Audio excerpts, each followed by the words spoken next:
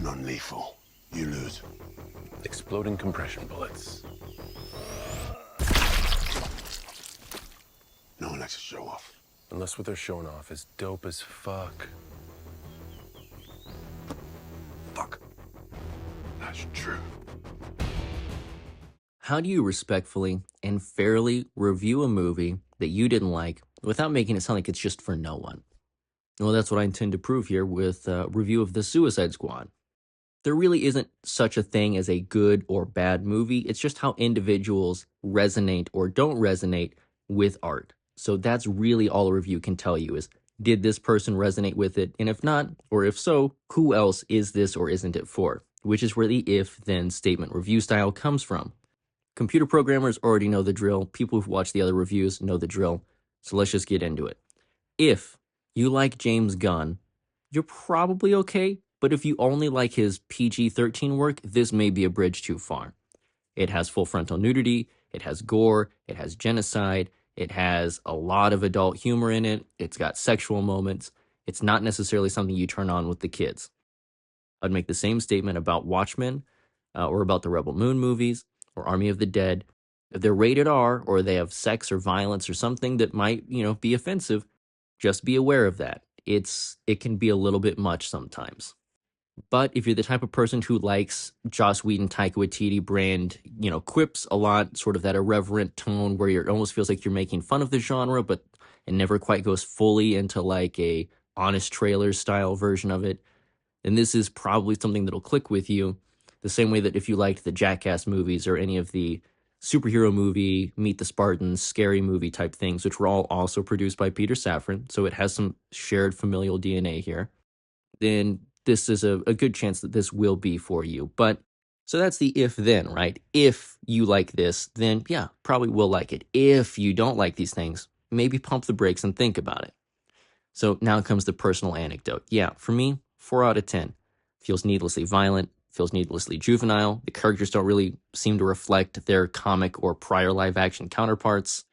It did not connect with me in a meaningful way. I found it visually unappetizing. I found characters to look like a pathetic facsimile of themselves.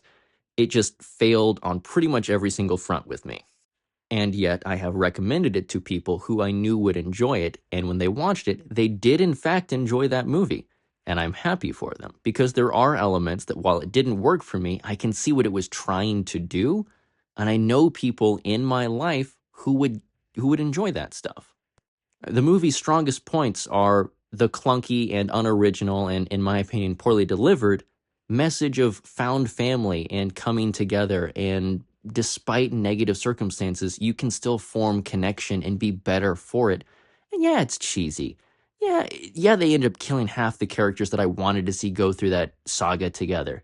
But you know what? I'm never gonna be cynical enough to say, oh, you think we should all be friends and find a way to get along? Huh, what a joke. No, we always need that message. That's a good fucking message. And it didn't get delivered in a way that worked for me, but I can parse through what was trying to be said, and I respect that that's the core. That's the driving force of the movie is found family. I'm never going to be mad at that. Like that's good shit. And while the movie is wildly immature and needlessly violent for the sake of almost outrage, like someone put an AI generated version of a bunch of Quentin Tarantino scenes into a script generator, is the way it feels sometimes. The humor does work sometimes. I genuinely laughed out loud at what I thought were some of James Gunn's funniest jokes in this movie. Idris Elba is always likable. I liked him as a cyborg villain for Hobbs and Shaw, a franchise that started because Vin Diesel was boosting VCRs and DVD players in a Honda Civic. It doesn't matter how much I don't like that he's just a rebadging of Will Smith's character in armor that looks nothing like his original backstory. He doesn't act like his comic book counterpart, and he was actually originally supposed to be Joe Manganiello's Deathstroke. All of that is weird to me, but continuity went out the window when Joss Whedon showed up at Warner Brothers. I can look past that and still say that Idris Elba delivers the best possible performance you could have gotten for this character, and there is no one they could have cast better for this interpretation of Bloodsport. And it's insane to me that there have been like multiple seasons of Peacemaker, and they haven't brought Idris Elba back. That's nuts to me. They got Frank fucking Grillo in 2 separate DCU projects and not Idris Elba. That's crazy. Margot Robbie also similarly brings it in a role that I didn't think was written as well as prior iterations. Like Birds of Prey, I think is leagues better than this. But you cannot fault Margot Robbie. She brings it. Same thing with Jai Courtney. Not in it a lot. Super duper like his character. Joel Kinnaman, hot, likable, every time. Go watch For All Mankind. Amazing TV show. Seriously. Also, Altered Carbon. Just full nudity there. If you're into full nudity, just hop on the Joel Kinnaman show me your ass train at this point. You're in. Go for it. Same way, David Dashhound. I don't know how to say his last name. Polka Dot Man. I didn't like Polka Dot Man's interpretation of this. I thought the mom joke was cringe. But no one could have done better than him in that role. And if you have Apple TV, you should go watch Murderbot because David will make you cry. He's a really fucking good actor. And you know what? I thought Weasel was funny. I know that like Crypto's kind of a gimmick character, and I didn't like Groot. Rocket Raccoon should have been British. Shit like that. But you know what? I'm not cynical enough to just be like, it's James Gunn in CGI, so I hate it automatically. But fundamentally, this movie came out at a moment in time when DC was super duper rad. You could like the Suicide Squad, the Batman, or the Zack Snyder's Justice League. Anything from Lego to live action was fair game. It was all presented by Fandom as like separate but equal continuities. We were all fans who accepted each other despite the different reasons we liked DC, or the different elements of the hobby, from video games to TV show binging to movie continuity. You know, are you graphic novel? Are you main canon? What continuity is your favorite? What artist? What writer? It was all fucking cool. Everyone got along. That shit was amazing. And then it disappeared, and I miss it.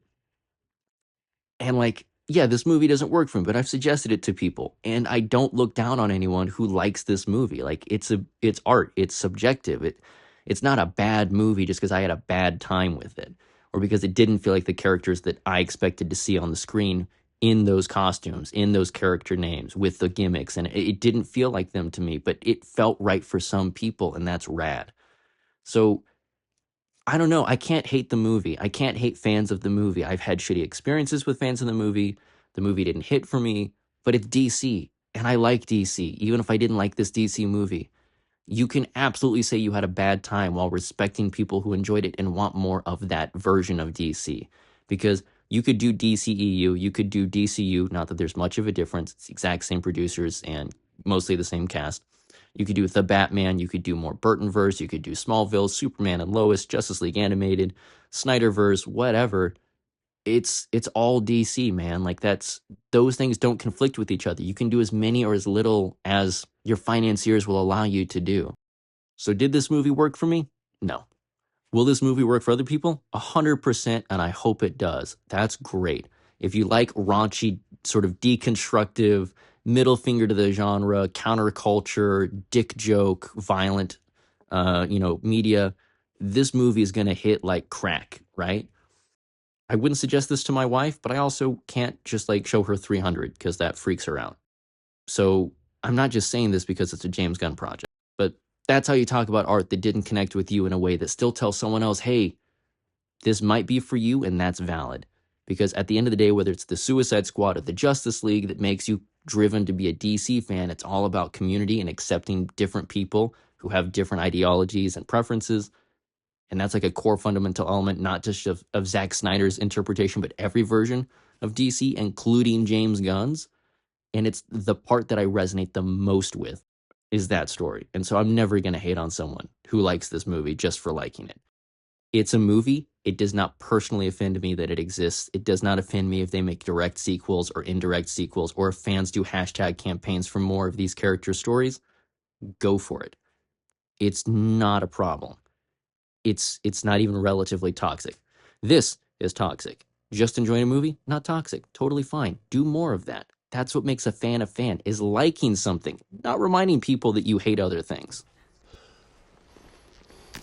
Has anyone got eyes or ears on any more? They killed Milton!